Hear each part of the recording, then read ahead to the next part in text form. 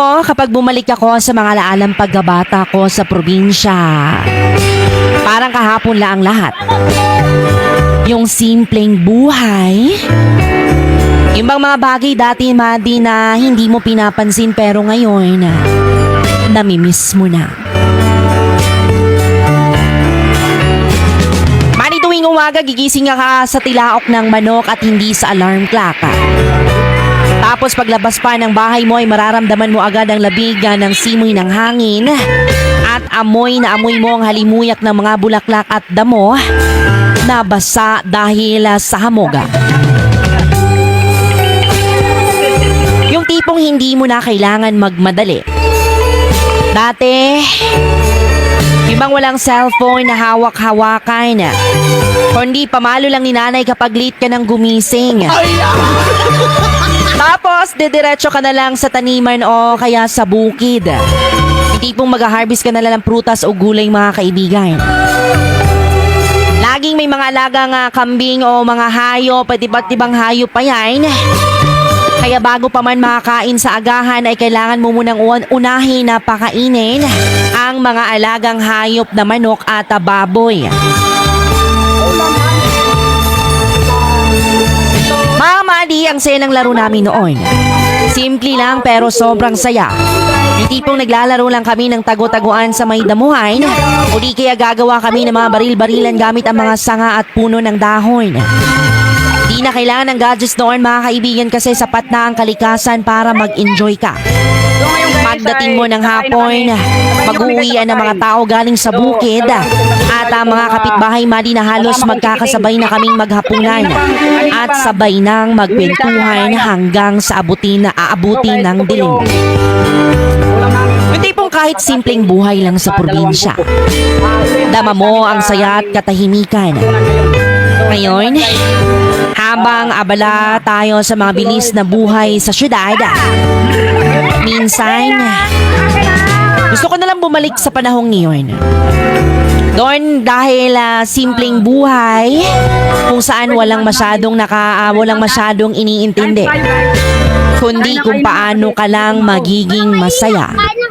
Kumain ka ng pool. Mag-kere ka lang. Oh, dali malinda ko. Saray ko pa rin. Ano niya?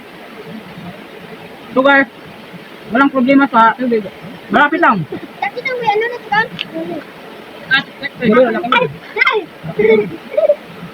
Ay, bueno. Yung isinta natin ako sa rakway mo. Ha, yun eh. Yan, tra.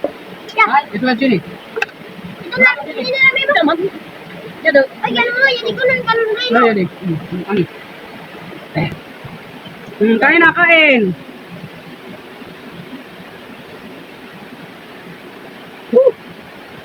Sarap ng pagkain, guys.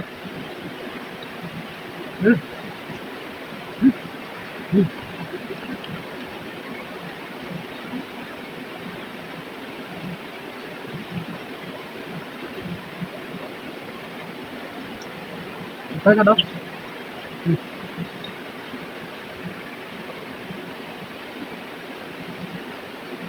Guys, ang sarap kumain dito sa bukid, no? Masyadong alaga na. Kasama yung ulam.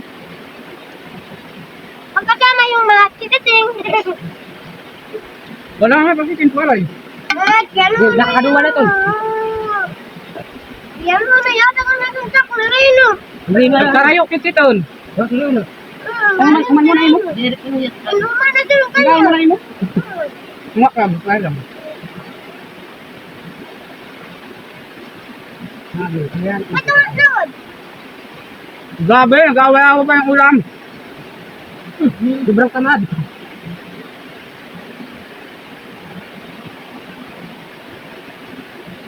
Hmm.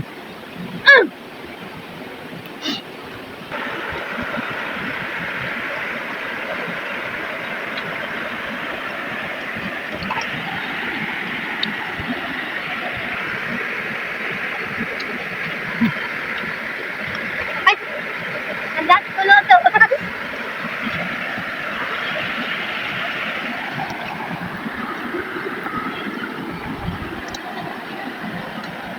Nakakaulak nyo to.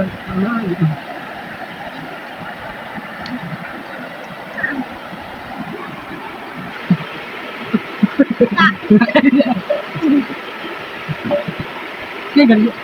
Ay.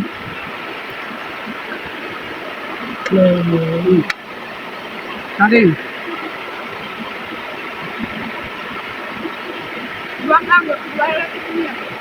Inaboy na ni guys.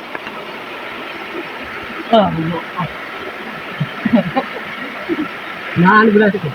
Sa camera, nakata ka ikol na.